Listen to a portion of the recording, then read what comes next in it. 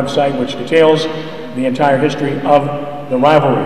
Our first speaker is in his 9th year as the head coach at his alma mater, Holy Cross, with a record of 63-37. As a player, he led the Tigers to a state championship, beating Jesuit for the state title back in 1963. Holy Cross 0-1 following a 41-34 overtime loss to Slidell. It's my fault I did the game and jinxed them, I'm sure. And they will face Jesuit in the Great American Rivalry Series again this Friday night at Tad Gormley Stadium. Please give a warm quarterback club welcome to head coach Barry Wilson of the Holy Cross Tigers. Barry?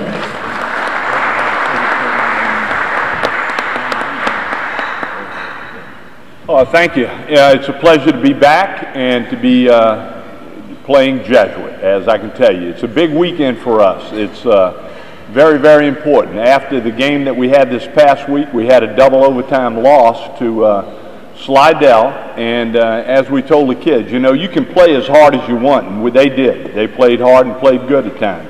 We just played stupid. We made stupid mistakes at the wrong time in the game, which cost us the game. But it's a learning procedure that you have to go through, especially when you have young people like we deal with. I told them, you know, coaching in college, we had the same problem. You can tell them over and over and over, you can't do this, you can't do that, but they do it anyway, and hopefully it's a lesson learned.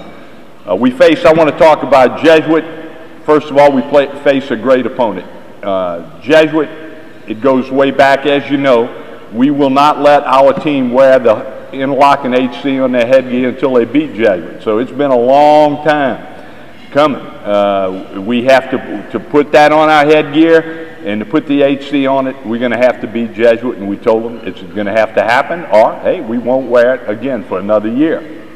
And what I'm trying to do there is to keep the rivalry at Holy Cross built up the way it is, the way it was when I was there. It's always been a tremendous rivalry. I think in the state of Louisiana, it's the greatest rivalry going. It's the longest, I know, in the state, and I think 4th or 5th oldest in the country.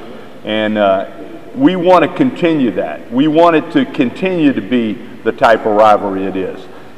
Play hard, play tough, keep it fair, and each one. We respect one another. Believe it or not, we really do. And we know when we play them, and we play Jesuit, we're going to play a football team that is, they're not going to make mistakes. Wade does a great job of keeping things consistent. They're going to pound us. They're going to get after us. They're going to make us stop them and make mistakes. We know that. Hopefully we won't make mistakes, but we know what to expect in the game. They'll do a little play action passes, but basically they're going to sit and get after us with their running game. They have a great running back who gained 211 yards in the game against Hanville. Looked real good. After watching the film, I had to throw up a couple of times, but I did come back to watch a little more film because they are a good football team, and they're well coached. And when a team is well coached like they are, and their kids I know are going to play hard. I was at Jesuit. In fact, I went to Jesuit after 32 years in college. My first job back was at Jesuit with a good friend of mine, Vic Umont, and I happened to be there for 6 months.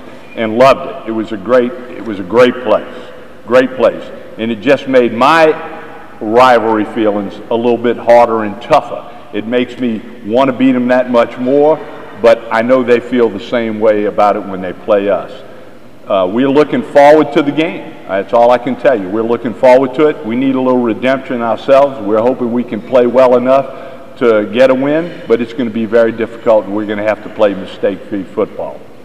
We had a player that played in the game. I want to mention his name because the kid has played every game that we've had a scrimmage, we've had a jamboree, and we've had a football game. And we have one kid that is extraordinary. The guy has been phenomenal for us. And in all the 10 years, this is my 10th year in high school.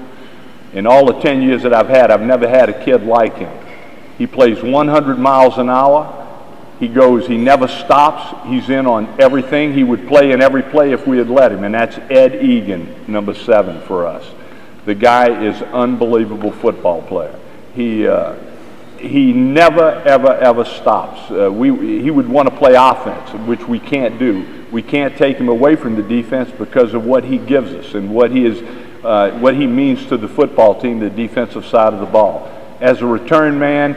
We let him kind of go with the flow. Normally you tell him, any ball hits inside the 10-yard line, put your heels on the 10.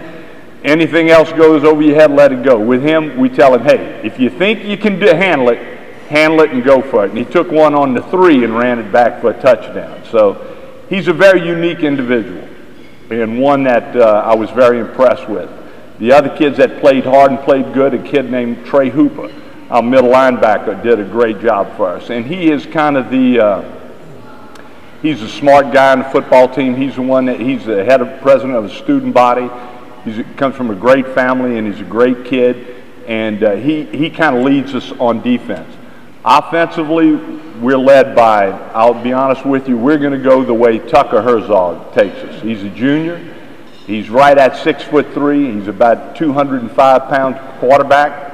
And I thought he really improved in the second half. In the first half, he was a little shaky on what he was doing because it was legitimately his first start. And the second half, he really improved, and he got his feet together, and he kind of understood what was going on, and he calmed down, and he didn't play with anxious. He just started playing with a lot of confidence. And we're going to go the way he goes. If he can do it, then we can usually have a pretty good outing on offense. We have a wide receiver named Joel Pichon, who is as good a football player as we've ever had at wide receiver, and we've had a lot of them. But he matches up, and he's a hard matchup for a lot of schools, and I'm sure he's hard for Jesuit or anybody else he plays.